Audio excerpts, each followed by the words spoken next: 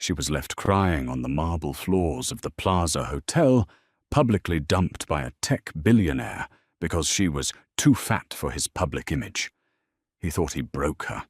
He didn't know the most feared mafia boss in New York was watching and ready to claim her.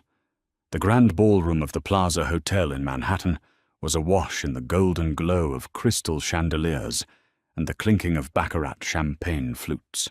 It was the social event of the season, the engagement party of Richard Kensington, the 32-year-old wunderkind, CEO, of the fintech giant Aegis Pay. Standing near the towering ice sculpture at the center of the room was Clara Higgins. Clara was not what the ruthless, image-obsessed elite of New York expected to see on the arm of a billionaire. She was a heavy-set woman, proudly and visibly fat, carrying a soft, full-figured, size 18 frame. Tonight she was dressed in a custom emerald green Christian Siriano gown that hugged her lush curves and draped beautifully to the floor. For years, Clara had been Richard's anchor. She had worked double shifts as a high school math teacher to pay their rent in Queens while Richard coded his financial software in their tiny living room. She had fed him, funded his early servers, and loved him when he was nothing but a broke visionary with a laptop. But tonight, the air felt different. Cold. Richard had been avoiding her all evening, actively dodging the cameras of Vanity Fair and Vogue photographers who prowled the room. He was huddled in the corner with a group of venture capitalists and a tall, rail-thin blonde woman in a sheer silver dress.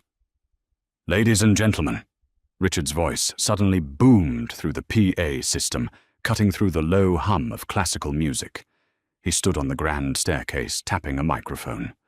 The room fell entirely silent. All eyes turned to the golden boy of Wall Street.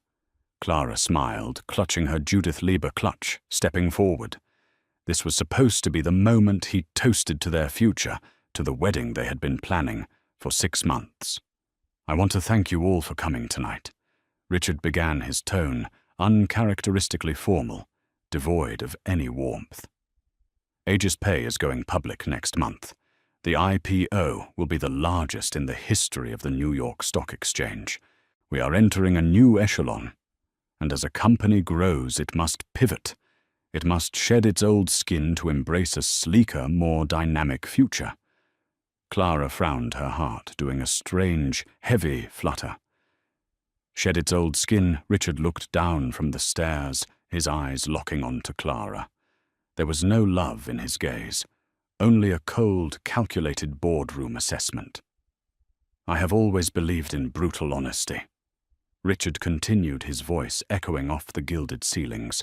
"And the truth is, my personal life must also reflect the polished elite brand of Aegis Pay. Clara, you are a kind woman. You were there in the beginning. But let's be realistic. Look around this room. Look at yourself." A collective gasp swept through the ballroom. High society matrons covered their mouths. Wall Street executives exchanged stunned, uncomfortable glances. Clara froze, the blood draining from her face. No, he wouldn't. Not here. Not in front of 500 people. "My investors at Goldman Sachs and Sequoia Capital expect a certain standard from the face of a billion-dollar enterprise," Richard said smoothly, entirely detached from the cruelty of his words. "I am a man who demands perfection, health, discipline, an aesthetic that inspires power. Clara, you don't fit that profile anymore. You haven't for a long time. You've let yourself go, and frankly, you are too heavy to carry the image of my brand. I need a partner who reflects the pinnacle of success, not complacency." The silence in the room was deafening. It was a suffocating, heavy silence, broken only by the faint whir of a photographer's camera lens adjusting. "Therefore," Richard announced, turning his gaze toward the rail-thin blonde standing near the stairs, "I am officially calling off our engagement. I will be moving forward both personally and professionally with Chloe. She is an international model, a fitness ambassador, and the perfect representation of where Aegis is heading. Chloe smirked, stepping up the stairs to loop her thin arm through Richard's. Clara couldn't breathe. The emerald gown suddenly felt like a straitjacket. Tears pricked the corners of her eyes, hot and stinging, but she refused to let them fall. The man she had financially supported, the man whose tears she had wiped when his first prototype failed, had just thrown her away like a defective piece of hardware in front of the most powerful people in America. Because of her weight. Because of a superficial standard of perfection. Security will escort you to a car. Clara. Richard dismissed her, turning away to clink his glass with Chloe. I'll have my assistant wire you a generous severance for your time. Severance. He called their 7-year relationship time that needed a severance. The crowd parted like the Red Sea as Clara turned around. The whispers hit her like physical blows. Did you see her arms? I mean, he's a billionaire. Now he can do better. It's a miracle he kept the fat cow around this long. Every step toward the grand brass doors of the plaza felt like walking through wet cement. Clara kept her chin high, her thick curls bouncing slightly, as she marched out of the ballroom through the opulent lobby and out into the freezing, rainy November night. As the heavy glass doors shut behind her, the adrenaline evaporated. Clara collapsed against the cold stone facade of the hotel, the icy rain instantly soaking her hair. She wrapped her arms around her heavy-set frame, the devastating reality crashing down on her. She was 30 years old, publicly humiliated, heartbroken, and completely alone on Fifth Avenue. She let out a single gut-wrenching sob, hiding her face in her hands. The rain was relentless, washing the neon reflections of Manhattan down the gutters. Clara stood under the grand marquee of the plaza, shivering violently. The valets were too busy rushing to fetch the Ferraris and Bentleys of the departing guests to notice the woman in the ruined emerald dress standing in the shadows. She needed to hail a cab. She needed to get back to Queens, pack her bags, and disappear. Before she could step off the curb, a massive matte black Mercedes Maybach OA680 glided silently through the rain and stopped directly in front of her. It wasn't just a car, it was a fortress on wheels. The tinted windows were pitch black, and the vehicle radiated an aura of pure, intimidating power. 2 men in impeccably tailored charcoal suits stepped out of the front doors. They didn't look like hotel security or Wall Street bankers. They moved with the lethal fluid grace of predators. They ignored the valet walking straight to the rear passenger door and opening it wide. "Get in, Miss Higgins," a voice rumbled from the dark interior of the Maybach. The voice was deep, gravelly, and carried an undeniable edge of authority. It commanded the space around it, making even the pouring rain seem insignificant. Clara took a step back, her heart hammering against her ribs. "Who are you?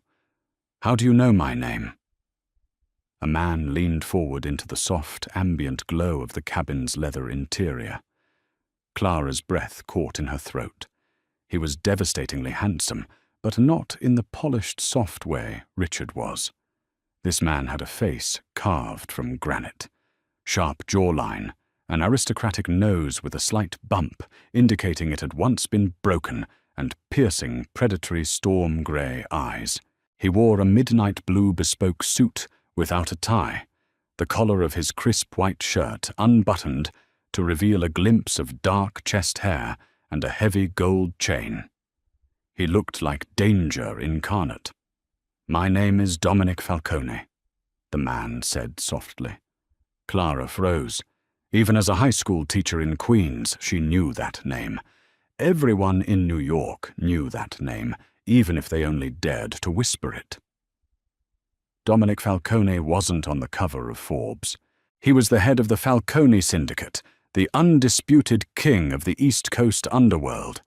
He controlled the ports, the unions, and a vast empire of casinos and real estate. He was a man who allegedly made politicians disappear and bought judges like they were cheap cigars. I'm fine," Clara stammered, pulling her soaked dress tighter around her wide hips. "I'm waiting for a yellow cab. You're freezing, Clara, and a cab isn't coming in this weather," Dominic said, his gaze dropping to her shivering shoulders, then sweeping appreciatively over her full curves. There was no disgust in his eyes, no boardroom assessment. When he looked at her body, his eyes darkened with something feral and entirely male. "Get in the car. I'm not asking." Too cold and emotionally exhausted to fight, and frankly terrified to say no to Dominic Falcone, Clara gathered the heavy, wet fabric of her skirt and climbed into the back of the Maybach. The doors shut with a solid, heavy thud, sealing them inside a quiet, opulent sanctuary, smelling of rich leather and expensive cedarwood cologne. Dominic poured a glass of amber liquid from a crystal decanter and handed it to her. "Drink. It's Macallan. It'll warm your blood," he instructed. Clara took it with shaking hands, taking a sip. The liquid burned a pleasant trail down her throat. She looked at the terrifying mob boss sitting inches away from her. "Why are you here, Mr. Falcone?" "You weren't on Richard's guest list." Dominic let out a low, dark chuckle that vibrated in the confined space. "No, I wasn't. Richard Kensington likes to pretend he built his little empire from a garage in Silicon Valley. He forgets who gave him the seed money when the banks laughed at his algorithm." Clara's eyes widened. "Richard borrowed money from you." $50 million, Dominic stated casually, swirling the scotch in his own glass. "Cleaned through a shell corporation in the Cayman Islands. Your shiny, perfect billionaire ex-fiancé is nothing but a fraud who owes his soul to my family. I was there tonight to remind him of a payment he missed, but instead I got a front row seat to a Greek tragedy." Clara looked down at her lap, a fresh wave of humiliation washing over her. "You saw." "I saw a peasant try to humiliate a queen," Dominic said, his voice dropping an octave, losing its conversational tone. "I saw a weak boy discard a woman of substance because he's terrified of anything he can't control. He discarded me because I'm fat, Mr. Falcone." Clara said, her voice cracking, deciding she had nothing left to lose by being blunt. "You don't have to dress it up." Dominic shifted closer. The sheer size of him, his broad shoulders and muscular frame seemed to dwarf her, yet Clara didn't feel threatened. She felt anchored. He reached out his large, calloused hand, gently catching her chin and forcing her to look into his stormy eyes. "Listen to me carefully, Clara," Dominic murmured, his thumb brushing against her lower lip. "A boy wants a stick figure he can parade around like a hood ornament. A man, a real man, wants a woman. Softness, curves, hips that can bear weight, and a spirit that doesn't snap when the wind blows. You are lush, Clara. You are a feast. And Richard Kensington is a fool who prefers starving." Clara stared at him, her heart thumping wildly. No one had ever spoken to her like this. No one had ever looked at her body, her heavy, soft body, as if it were a prize rather than a problem to be solved. "Why are you telling me this?" Clara whispered. Dominic's lips curved into a dangerous, wolfish smile.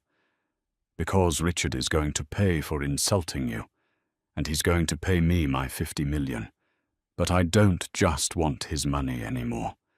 I want his company. I want his reputation. I want to utterly destroy him."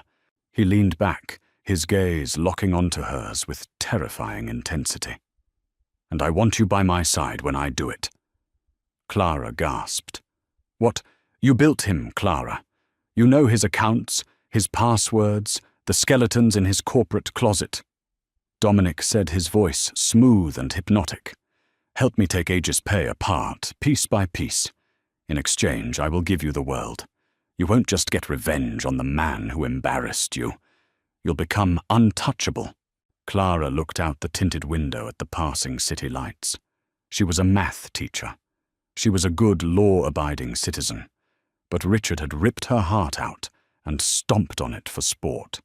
He had humiliated her for the crime of having a body that didn't fit his corporate aesthetic. She turned back to Dominic, feeling a dangerous spark ignite in her chest. "What exactly are you offering Mr. Falcone?" "I'm offering you a crown," Dominic said, pouring her another glass of scotch. "Richard threw you to the wolves tonight, Clara. He didn't realize you were destined to lead the pack." Clara took the glass. The sweet, compliant fiancée who had died on the marble floors of the plaza was gone. "Call me Dominic Mirabella," he whispered, clinking his glass against hers. "Because we are going to be very close." The penthouse of the Falcone Tower in Tribeca was a sprawling fortress of floor-to-ceiling glass, imported Italian marble, and heavily armed security. For 3 weeks it had been Clara's sanctuary and her war room. She hadn't lost a single pound. In fact, under the careful attention of Dominic's private chef, who prepared rich risottos and decadent chocolate soufflés at Dominic's strict instruction, to spoil her, she had never looked softer, healthier, or more radiant. Her wardrobe had been entirely replaced. Gone were the modest, oversized cardigans she wore to hide herself. In their place were tailored silk wrap dresses, wide-leg trousers from Brunello Cucinelli, and cashmere coats that accentuated her lush, full-figured silhouette. But her true transformation wasn't physical. It was the lethal sharpening of her mind. Clara sat at the massive oak dining table, 4 glowing monitors displaying lines of complex code and financial spreadsheets. As a mathematician, she understood numbers better than anyone Richard had ever hired at Aegis Pay. Because she had lived with Richard during the company's infancy, she knew the foundational architecture of his financial software. Dominic stood behind her, sipping a dark espresso. He wore a fitted black Henley that clung to his broad chest, his presence a heavy, comforting heat against her back. He rested his large, calloused hands on her plush shoulders, massaging the tension from her neck. "You've been staring at the Cayman shell accounts for 6 hours, Maya Bella," Dominic murmured, pressing a soft kiss to her temple. "Take a break.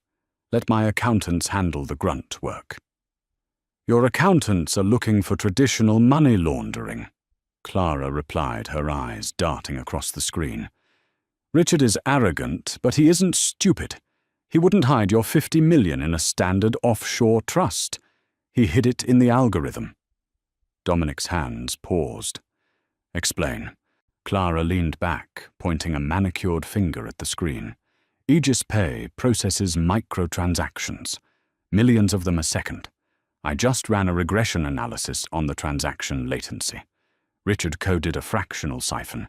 Every time Aegis processes a payment, it skims a fraction of a cent, something so microscopic the SEC and Bloomberg auditors wouldn't catch it.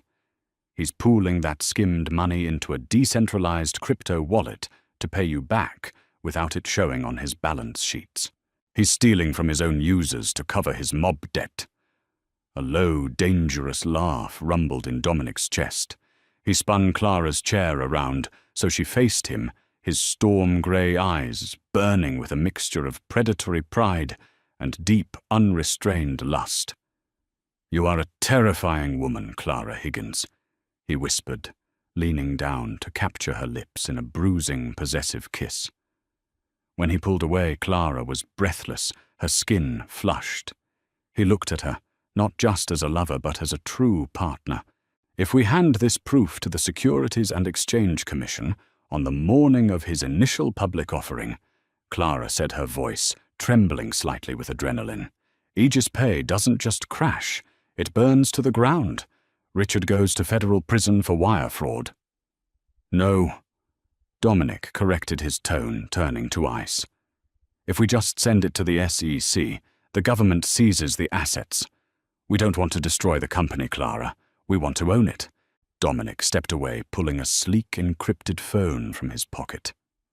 I'm going to have my attorneys draft a hostile debt-to-equity conversion contract. Richard owes me $50 million plus interest. But with the threat of federal prison hanging over his head, he's going to sign over 60% of Aegis Pay's voting shares directly to you. To me, Clara gasped, her hands flying to her chest. I have enough money, Clara, Dominic said, looking at her with fierce devotion. This is your revenge. You built that empire. Tomorrow you take it back. The morning of the Aegis Pay, initial public offering broke crisp and cold over Lower Manhattan. Outside the neoclassical columns of the New York Stock Exchange Broad Street was a sea of satellite trucks, barricades, and shivering financial journalists. This was the most anticipated tech IPO since Facebook. Inside the NYSE's exclusive VIP bell-ringing suite, hovering directly above the frenzied trading floor, Richard Kensington was pacing a hole into the antique Persian rug. He looked immaculate in a midnight blue Tom Ford suit, his hair perfectly coiffed, but his demeanor was fraying. His hands trembled slightly as he adjusted his Rolex Daytona. The $50 million payment to the Falcone syndicate was now 2 weeks overdue. Every time his phone buzzed, his stomach plummeted, expecting it to be a picture of a shallow grave. He had convinced himself that his algorithmic siphon was flawless, that he had successfully masked the embezzlement, but the absolute silence from the underworld was deafening. Sitting on a velvet sofa nearby, oblivious to the impending doom, was Chloe. She was busy adjusting the lighting on her iPhone, pouting her lips for an Instagram story. "Babe," she whined, not looking up from her screen. "Can we do a quick video before the bell? My followers are literally dying to see my dress." "Not right now, Chloe," Richard snapped, wiping a bead of sweat from his forehead. He turned to his lead counsel. "Are we absolutely sure the SEC clearance is finalized? No last-minute holds." "You're entirely cleared, Mr. Kensington," the lawyer assured him. "In 10 minutes, you ring that bell, and you become a multi-billionaire on paper." Richard let out a shaky breath, finally allowing a smug smile to creep onto his face. He had done it. He had outsmarted the banks, he had outsmarted the government, and he had outsmarted Dominic Falcone. Suddenly, the heavy mahogany double doors of the VIP suite burst open. Richard's private security detail, 2 massive ex-Marines, stepped forward with their hands on their earpieces, only to be violently shoved against the wood paneling by 4 men in impeccably tailored charcoal suits. The intruders moved with terrifying synchronized precision, stripping the guards of their concealed weapons in seconds and securing the exits. The excited chatter in the suite died instantly. The PR executives froze. Chloe dropped her phone. Stepping gracefully through the parted sea of armed men was Clara Higgins. Richard's jaw dropped. She was a vision of absolute, untouchable power. Clara wore a bespoke crimson-red trench coat, tightly cinched to accentuate her wide, lush waist, paired with razor-sharp black Christian Louboutin stilettos. Her thick dark hair cascaded in glossy, voluminous waves over her shoulders. She didn't look like the broken, weeping woman he had discarded on the marble floors of the Plaza Hotel. She moved with the predatory confidence of a billionaire predator, completely unapologetic about the space her curves occupied. And walking right beside her, his hand resting possessively on the small of her back, was the undeniable king of the New York underworld. Dominic Falcone radiated pure, lethal menace. "Clara." Richard choked out the color draining from his face, so fast he looked sickly. His eyes darted frantically from his ex-fiancée to the mafia boss standing beside her. What? What the hell is this? You can't be here. Security works for me today. Dominic stated his voice, a low, gravelly rumble that vibrated through the floorboards. He stepped further into the room, his storm-grey eyes pinning Richard in place. You missed a payment, Richard. Mr. Falcone, please. Richard stammered, abandoning his golden boy CEO persona in an instant. He held his hands up, taking a terrified step backward. The IPO. The liquidity is coming. I just need the bell to ring. The moment the market opens, I'll have your money. I swear to God. I don't want your liquid cash, Richard, Dominic said, coldly, his lips curling into a cruel smirk. He gestured toward Clara. My brilliant associate here has found some very interesting discrepancies in your transaction latency. Richard's eyes widened in pure, unadulterated horror. He stared at Clara, the reality of her presence finally clicking into place. You looked at the code. I didn't just look at it, Richard. I dissected it. Clara said, her voice smooth, steady, and devoid of any leftover affection. She felt a thrilling rush of adrenaline. She wasn't afraid of him anymore. I found the fractional siphon. I found the decentralized crypto wallets you've been using to skim fractions of a cent off every user transaction. You're stealing from your own customers to pay your mob debts. You're out of your depth, Clara, Richard hissed, attempting a desperate bluff. You don't understand the architecture. It's a latency buffer. It's federal wire fraud, Clara interrupted sharply, pulling a thick manila envelope from her designer tote bag and slamming it onto the glass coffee table. I forwarded a preliminary summary of your latency buffer to Director Mitchell at the Securities and Exchange Commission 30 minutes ago. Are you insane? Richard screamed, his voice cracking.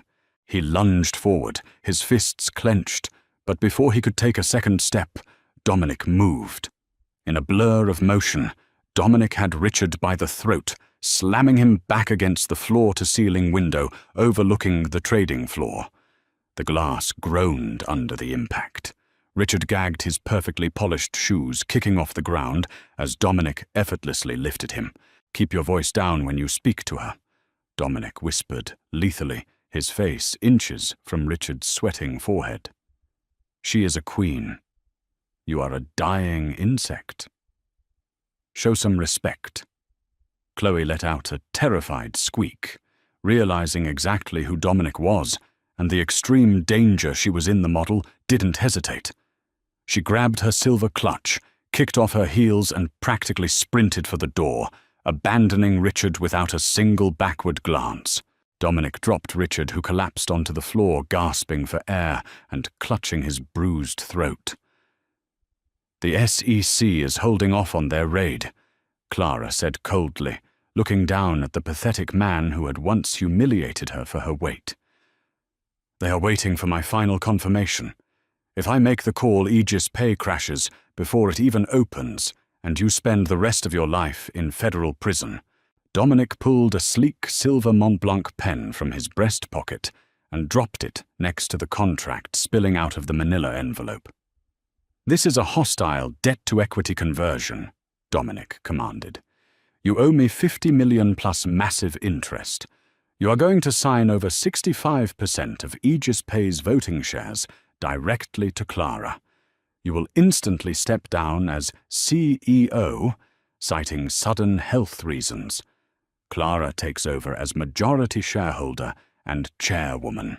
If you sign it, Clara patches the siphon from the inside. The SEC gets an update that the anomaly was a benign bug, and you get to walk away with a minority stake and your freedom. You can't do this to me. Richard wept, completely broken, his ego shattered. I built this company. No, Clara corrected him, her voice ringing with finality. I built you, and today I'm repossessing my investment. Sign the paper, Richard. Trembling, violently defeated on every level, Richard crawled to the table, picked up the pen, and signed his life away. Clara picked up the document, handing it to one of Dominic's men. She looked at Richard one last time. "Security will escort you out the back. You don't fit the profile of my brand anymore." As Richard was hauled out of the room by his collar, the NYSE floor manager tentatively peeked through the doorway, his face pale. "Miss the bell rings in 2 minutes." Clara turned to Dominic. He offered her his arm, his eyes blazing with absolute devotion, pride, and burning desire. "Shall we, Madam Chairwoman?" Dominic asked, a devastating wolfish smile playing on his lips. Clara looped her arm through his, her soft, lush body pressing against his hard, protective frame. She felt entirely invincible. "We shall." Together they walked out onto the balcony, overlooking the frantic trading floor. As Clara pressed the button to ring the opening bell, the deafening roar of Wall Street washed over them. She had survived a brutal betrayal, embraced her true worth, and claimed a billionaire's empire, all with the deadliest king in the city standing proudly by her side. If you loved this story of ultimate revenge power and finding real love that appreciates every curve, you are not alone. Clara proved that real strength and beauty don't fit into a superficial corporate mold. Smash that like button if you are cheering for Clara and Dominic's epic takeover. Don't forget to share this video with someone who loves a dramatic mafia romance, and subscribe for more thrilling, twisting stories of betrayal and sweet, unstoppable vengeance. See you next time.